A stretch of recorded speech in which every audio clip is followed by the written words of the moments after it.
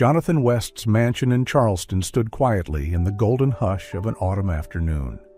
The old oak trees rustled softly in the breeze, and the wrought-iron gates creaked open as a black Range Rover rolled onto the cobblestone driveway. Jonathan had returned home earlier than planned, a rare occurrence for a man whose life was dictated by calendars and contracts. But today, something he couldn't quite name had pulled him home early. A weight in his chest, or maybe just the quiet ache of longing he was tired of denying. He had just wrapped up a grueling week of negotiations with international partners over a new coffee export deal. Everything had gone well.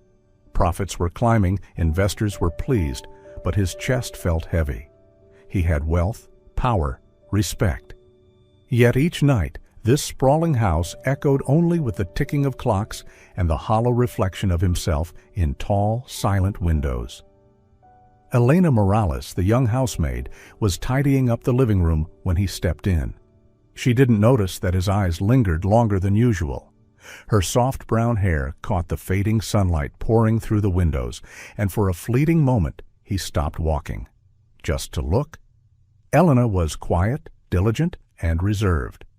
She had been working here for over 6 months, always punctual, never intrusive. In Jonathan's eyes, she had always been part of the quiet machinery that kept the house running, until now. He loosened his tie and spoke with a rasp in his voice, as if even he wasn't sure what he was about to do. "Elena?" She looked up, a little startled. "Yes, Mr. West?" "I've canceled tonight's dinner plans. Could you prepare a meal? For 2? Her brow furrowed. "For 2, sir? Is someone joining us here?" "No, just you and me." The air shifted. Elena felt her heart skip a beat. Never in all her time working here had Mr. West crossed the invisible line between employer and employee. He had always been polite, distant, professional. That evening, they sat across from each other at the 12-seat dining table. Elena wore a simple light blue dress. Jonathan had changed into a clean white shirt and dark blazer. The flicker of candlelight reflected in their wine glasses, casting a warm but unfamiliar glow over the room. And they talked, really talked. Elena shared how she once studied business administration but couldn't land a job in her field. Jonathan opened up about growing up in a working-class family and how he built his coffee empire from the ground up. He was surprised to find that the young woman who cleaned his home had a quiet strength, a dream, and a mind of her own. "Why didn't you tell me you went to college?" he asked, pouring more wine into her glass. "I didn't think it was relevant to vacuuming and dusting," she replied with a soft smile, her cheeks tinged pink from the wine. "Dreams are always relevant," he said, eyes locked onto hers. The night grew deeper, but their conversation did not fade. Something delicate, something real, had begun to spark between them. After dinner, Jonathan invited Elena for another glass of wine in the reading room. The warm, golden light spilled onto the vintage leather armchairs, casting a gentle glow that softened everything it touched. The room smelled faintly of wood and old books, like time itself had settled there. Elena sat at a respectful distance, far enough to be proper, but not far enough to shield her from the warmth radiating between them. They continued talking, their voices quiet, careful, as if not to disturb something fragile in the air. Jonathan spoke about his mother, the woman who had raised 3 children on her own after losing her husband. Elena listened, eyes soft, hands gently gripping her glass of wine as if she were holding a piece of his past. There was a quiet shift, not in the conversation, but in the way they saw each other. When silence fell, their eyes met in the stillness, not urgent, not demanding, just 2 lonely souls finding recognition. Jonathan stood, walked slowly toward her. He hesitated for just a breath, as if unsure whether he had the right to touch something so delicate. Then he placed a hand lightly on her shoulder. Elena didn't pull away. She didn't speak. Only her heart betrayed her, pounding against her ribs like a drum. Their first kiss was not of lust, but of surrender, a meeting of hunger that had nothing to do with the flesh. Jonathan held her as if she were the last real thing in a world that had long gone numb. Elena leaned into his chest, listening to his heartbeat. Steady, human, vulnerable. That night, Elena gave herself completely, not out of fantasy, but because of the quiet truth in his eyes. She dared to believe that maybe, just maybe, this could be a beginning. The next morning, sunlight streamed through the curtains, casting a pale light over the room that felt foreign and cold. Elena stirred. She turned. Empty. Jonathan was gone. The pillow still bore the imprint of his head, but his warmth had vanished. The room felt hollow, as if someone had opened a window and let all the air out. Elena pulled the blanket to her chest, clutching it like it could still hold a piece of the night they shared. Then she saw the note, folded carelessly, left on the nightstand. His handwriting was rushed, distant. "I had to leave early. I'm sorry. Please, pretend last night didn't happen. Just continue your work as usual. It's better this way." Each word sliced through her like glass. Her chest tightened. Elena held the note tightly, but it didn't tear. Only her heart did. She sat still for a long time, then slowly got dressed in silence. No crying, no pleading, just a quiet resignation draped over her, like a funeral veil. She went down to the kitchen. Everything was in its place, cold, neat, lifeless. That evening, Jonathan returned late. His face was composed, distant. He didn't glance at Elena. Not a word, not a look. She didn't ask for one. She washed dishes, swept floors, as if her heart hadn't shattered just hours before. In the days that followed, Elena became a ghost in that house. Jonathan avoided her. No words, no glance. Nothing to suggest that he had ever touched her the way he did that night. He left early for work, came home late. Occasionally, he passed her in the hallway, distant, unreadable, a stranger. Elena never asked for explanations. She never begged. She cleaned, cooked, kept busy. Holding on to the last thread of pride she had left, the only armor between her and the abyss. But every night when she returned to her room, she'd sit at the edge of the bed and touch the bedsheet where they had once belonged to each other. And every night a fresh tear formed beneath the surface of her smile. She blamed herself for being weak, for believing, for thinking the look in his eyes meant something real. She knew now. She was wrong. Until one morning when the pregnancy test showed 2 clear lines and Elena sank to the floor, trembling. Her eyes widened, not in fear, but in final aching clarity. Nothing would ever be the same again.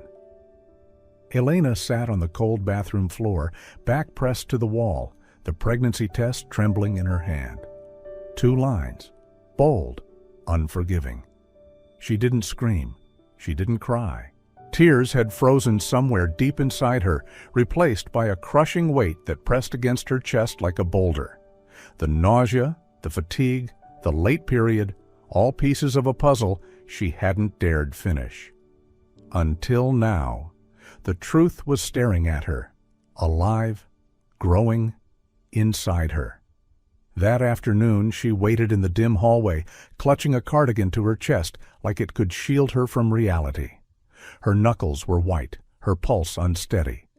The door creaked open. Jonathan walked in, loosened his tie, and sighed. The sound of a man tired of the world. "Jonathan?" Her voice cracked. "I need to talk to you." He didn't even glance at her. "Can it wait? I'm dead tired." "I'm pregnant." The world stopped. Silence exploded between them. Jonathan froze mid-step, like she had punched the breath out of him. His gaze snapped to hers, wild, disbelieving, terrified. "What?" "I've taken the test 3 times. It's positive." He took a step back, then another, like her words were fire. The color drained from his face. "You're sure?" "I'm sure." A beat, then another. A silence so heavy it crushed the air around them. Jonathan's voice dropped, hoarse and cold. "There's a solution." Elena stiffened. "What are you talking about?" "I know a doctor. Discreet. Clean. He can take care of it." Her breath caught. "You mean an abortion?" He didn't flinch. "I'm offering you freedom, for both of us." She stared at him as if trying to recognize the man standing there. "Freedom?" Her voice trembled, then sharpened. "You think that's what this is?" "Elena, you're young. You've got your whole life ahead. Don't throw it away for something you didn't even plan. This something is your child." The word hit him hard. He flinched. She took a step forward, her voice rising. "You think I haven't thought about what this means? You think I haven't panicked? That I haven't lain awake at night, wishing this was all a dream?" Her voice cracked. "But it's not.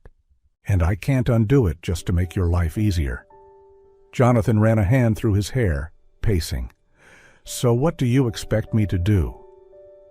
"Nothing," she whispered. "I don't expect anything from you anymore." She stood still, breathing hard, shaking, but she didn't cry. "I can't go back home like this," she said, quieter now. "My family? They're religious? This would break them, but I won't kill my baby to avoid their shame. I won't destroy myself for your convenience." Jonathan stared at her, something unreadable flickering in his eyes. Then, coldly, "Fine, stay here. Until the baby's born, I'll pay for everything. Medical bills, clothes, whatever you need. But don't get this twisted. What happened between us was a mistake. It won't happen again." Elena didn't answer. Something inside her had just shattered. He stepped past her like she didn't exist. "And one more thing," he said, already halfway up the stairs. "This stays between us. No one can know. Ever." "Understood." He disappeared. She stood there, alone in the fading light of the foyer. Then slowly, silently, she lowered herself onto the first step. Her hand found her belly, trembling but steady. Her eyes stared ahead, dry and hard now, not from weakness, but from something being reborn. She whispered to the quiet, more to herself than anyone else. "You're not a mistake." And in that stillness, Elena made a promise. She would carry this life. She would carry herself. And she would never let this child feel unwanted, even if their father already had. The weeks that followed moved like a slow, melancholic melody.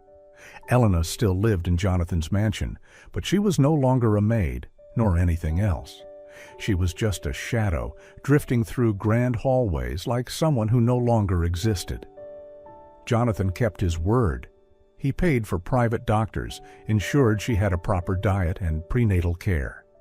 But beyond the material, a freezing silence stretched between them. He barely spoke to her, avoided her whenever he could. She slept in her old room, alone with her thoughts and a growing belly. Every night, she would place her hand over her stomach, feeling the quiet thump of the little life inside her. And she'd whisper promises, to protect, to love, even if she had to do it all alone. Jonathan began bringing other women home. Elena never looked directly, but she heard it all. The laughter, the clinking glasses, the heels tapping on hardwood floors. She lay in the dark, cradling her belly, willing herself not to cry. But the tears came anyway, silently soaking her pillow. In the 6th month, while preparing breakfast, a wave of dizziness swept over her. She grabbed the edge of the counter and collapsed onto the cold tile floor. When she opened her eyes, Jonathan was kneeling beside her, a look of genuine worry on his face. "Are you okay?" His voice lacked the usual coldness. "Just a bit dizzy. I'm fine. Did you eat anything today?" He helped her sit up, visibly tense. "Not yet. I was about to after I finished cooking."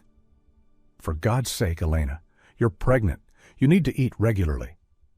She was startled. It had been so long since his voice sounded like that. Soft, concerned. Jonathan stood, pulled out his phone. "I'll order food. Do you like sushi?"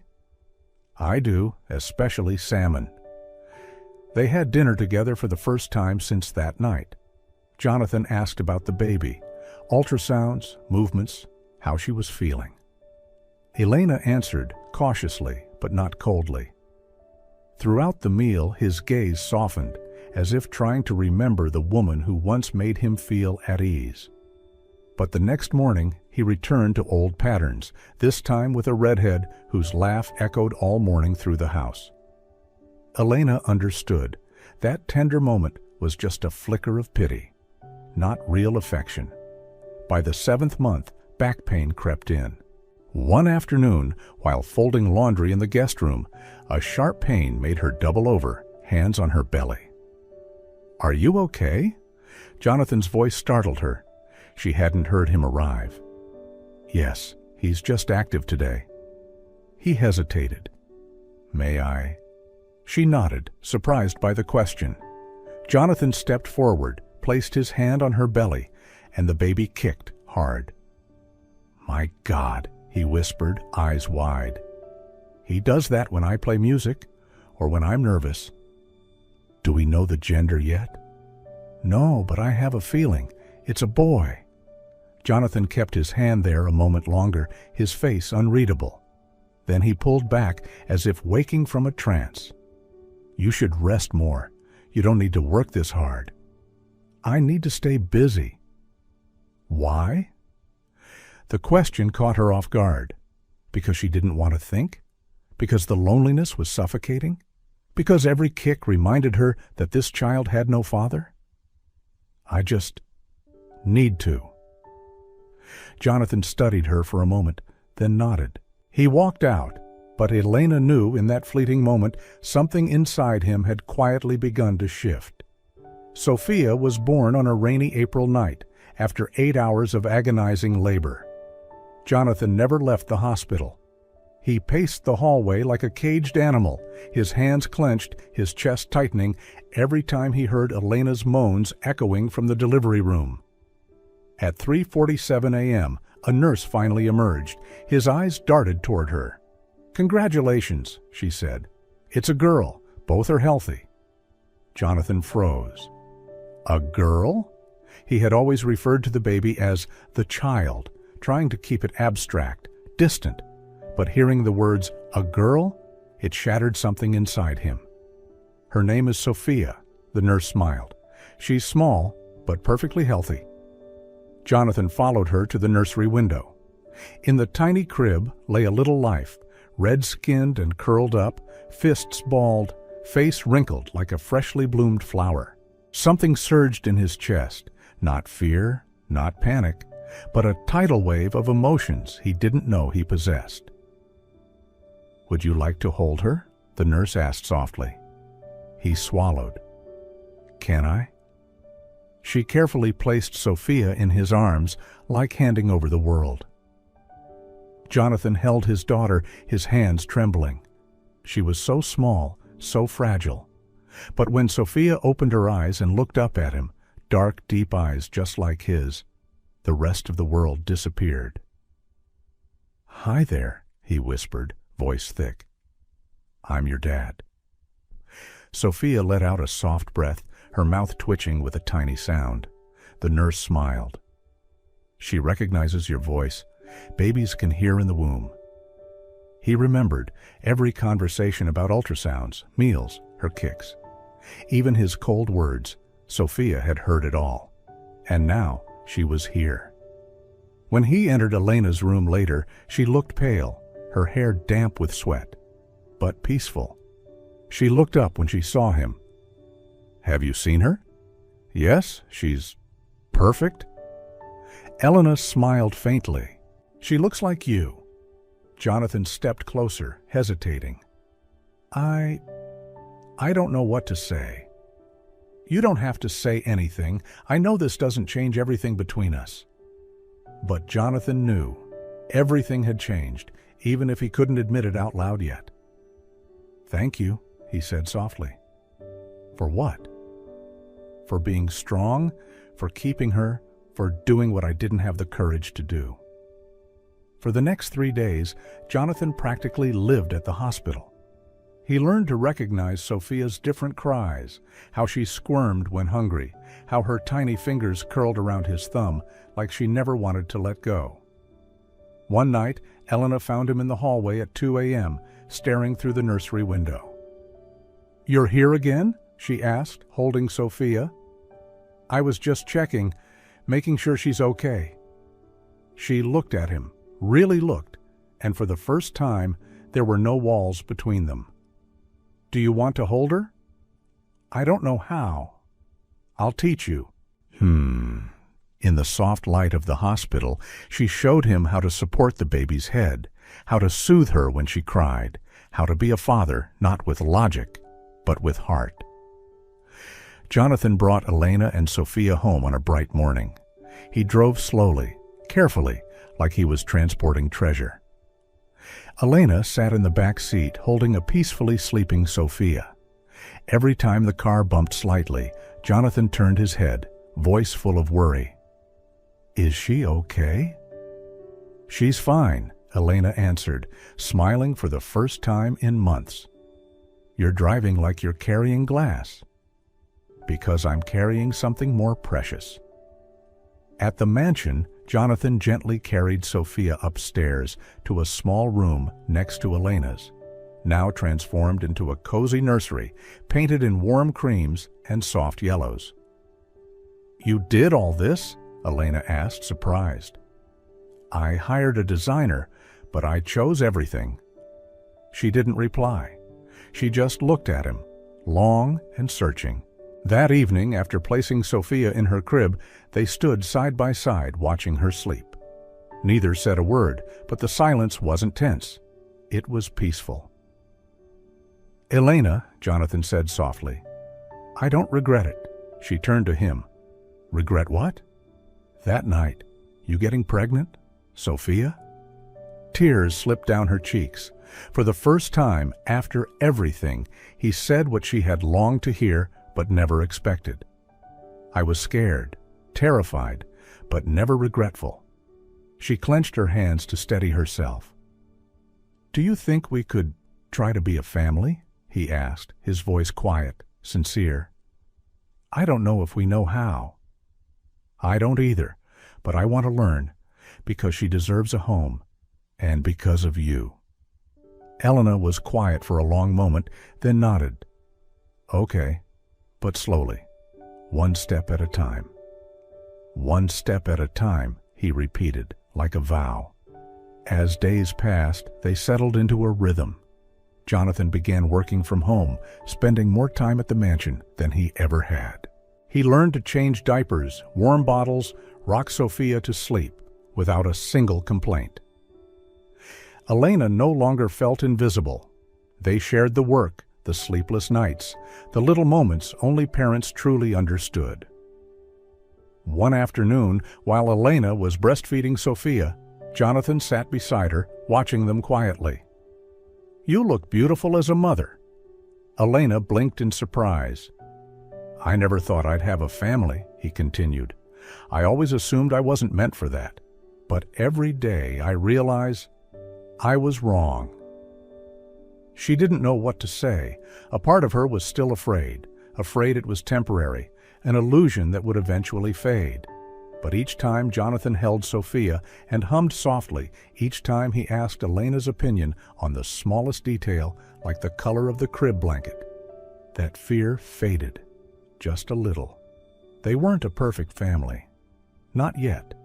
But it was starting to feel real, not out of obligation, but by choice. Jonathan was slowly becoming a calm, tender father, something neither of them had expected. No longer the cold businessman buried in schedules, he was patient, rocking Sophia through sleepless nights, changing diapers at 3 a.m. without a word of complaint, even learning to distinguish her cries. He didn't hide behind work anymore. He was present, fully and sincerely, in every tiny moment of his daughter's life. Elena watched the change in him with warmth. and caution. She couldn't deny it. The man who once hurt her now cradled their daughter with his whole heart. But fear lingered. What if this was just a phase, just duty, and not love? One night, after Sophia had fallen asleep, they sat quietly on the back porch. Moonlight spilled gently across the steps. Neither of them spoke. Only the rustling leaves filled the space between them. Then Jonathan turned, his eyes lingering at the corner of her lips, hesitant, and Elena gave a soft nod. The kiss came like a breeze, quiet but full of things unspoken. It wasn't fiery or rushed. It was two people reaching for each other, wondering if what they felt was real. When they pulled away, silence returned. Not cold, not empty, just thoughtful. Because even though their hearts had stirred, neither of them was yet certain enough to call it love. Sophia was 5 months old when Elena first spoke of leaving. It was a quiet Saturday morning. Sunlight filtered into the kitchen where they sat eating breakfast. Sophia lay in her rocker, playing with a yellow rattle, her chubby legs kicking gently in rhythm. Elena looked at her daughter, then at Jonathan, hesitation on her face. "Jonathan, I need to talk to you." "What is it?" "I think it's time for me to go." Jonathan set his coffee mug down, frowning. "Go? What do you mean?" "Elena." He exhaled sharply, voice softening. "We're a family. We've tried. I thought we were doing okay." "We are, but that doesn't change the fact that I need to find myself again. Before I was a mother, I was a woman with dreams, a daughter. My family doesn't know anything about Sophia. They don't even know how I've been living." Jonathan stood, pacing the kitchen as if trying to form reasons to keep her. "They can come here, or we can take Sophia to visit them, but you don't have to leave." "It's not that simple," Elena said, shaking her head. "I used to be the maid in this house, and no matter what's changed, no matter how different you are now, a part of me still feels small here, out of place." Jonathan stopped walking. "So, this, what we have, it means nothing?" "It means everything," she said quickly.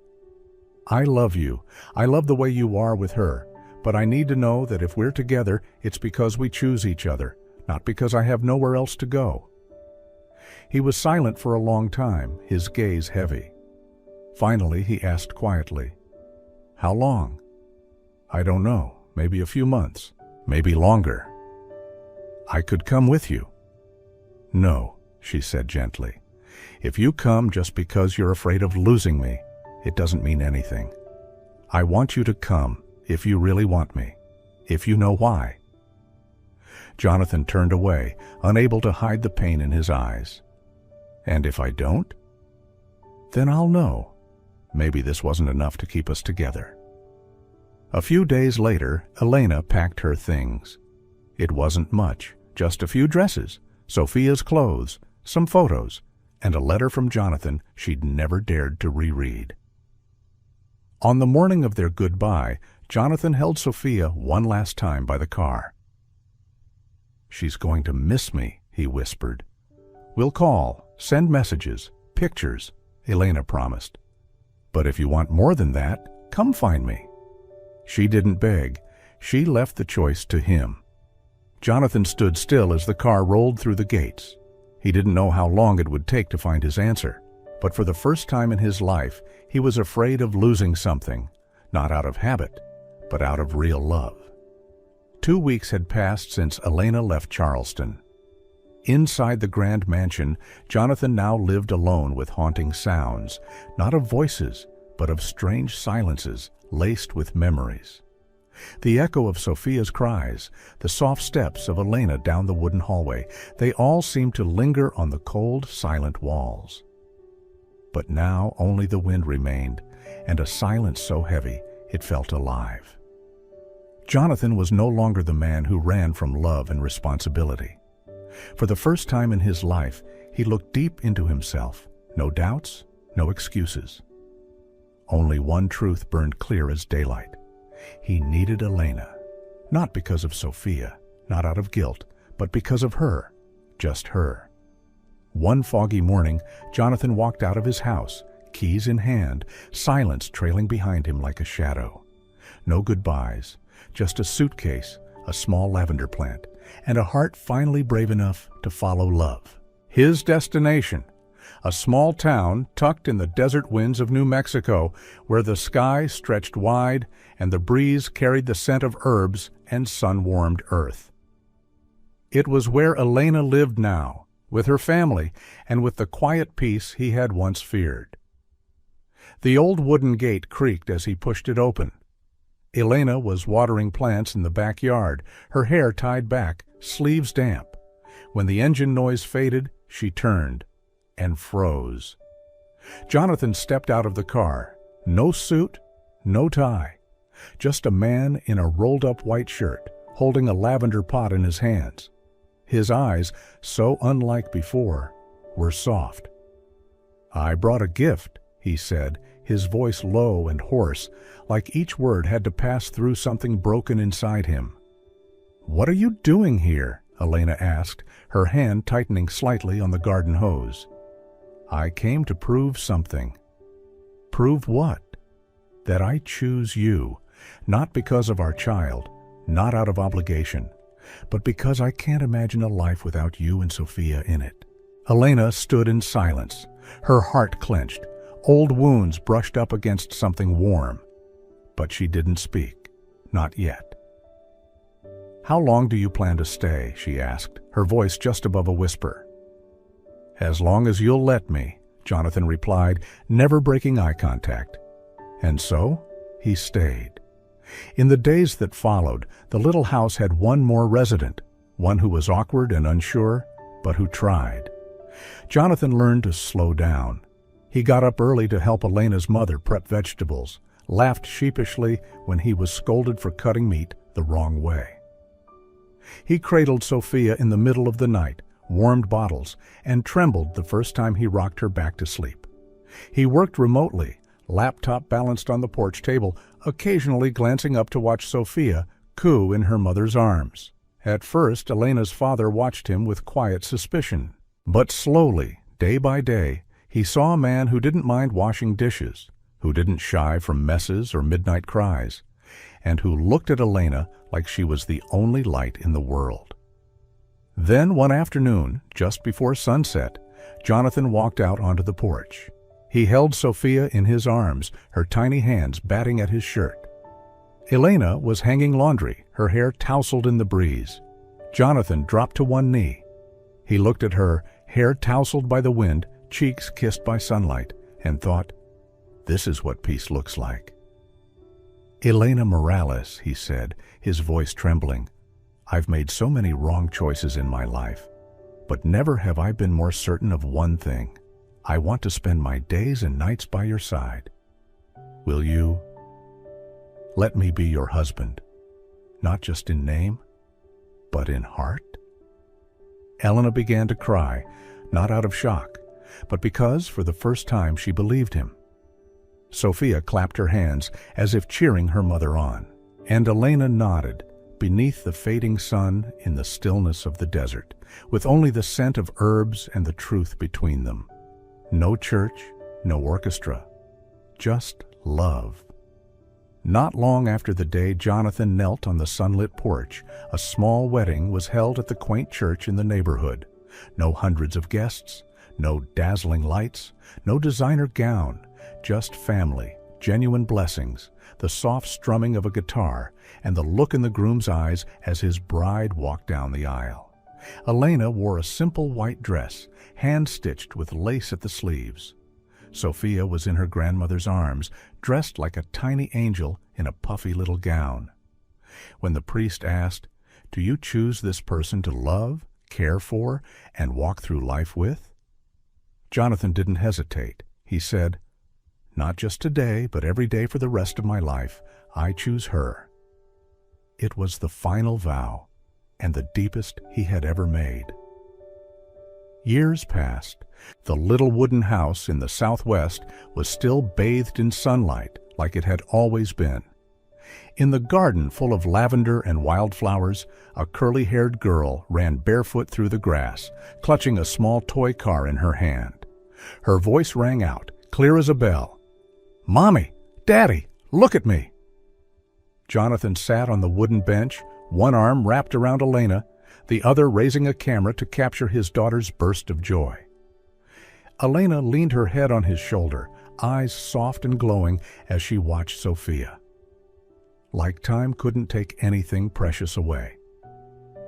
Jonathan once believed that the value of his life lay in companies, in power, in the rising numbers in his bank account. But now he knew with certainty the most precious thing he had was the family he chose to love every single day, not out of obligation, not from guilt, but out of love, nurtured through choice, forgiveness, and trust. And when the golden sunset cast its gentle light over the garden, he looked at Elena, the woman who once walked away in pain, now holding his entire world in her arms. And he smiled. "I'll always choose you," he whispered, "every morning, every night, every breath." And she took his hand, just like the first day they began again, not from the past, but from the love they chose, right here, in this present moment. And as Sophia's laughter echoed in the golden light, Jonathan knew this wasn't the end of the story. It was the beginning of everything that mattered. In the end, love isn't always loud. Sometimes it's found in quiet moments, in shared glances, small promises, and the everyday choice to stay. Jonathan didn't just find a family, he chose one. And Elena? She learned even the deepest wounds can bloom, because love truly is a choice. If this story touched your heart, don't forget to like, share, and subscribe for more. Your support helps us keep telling stories that matter.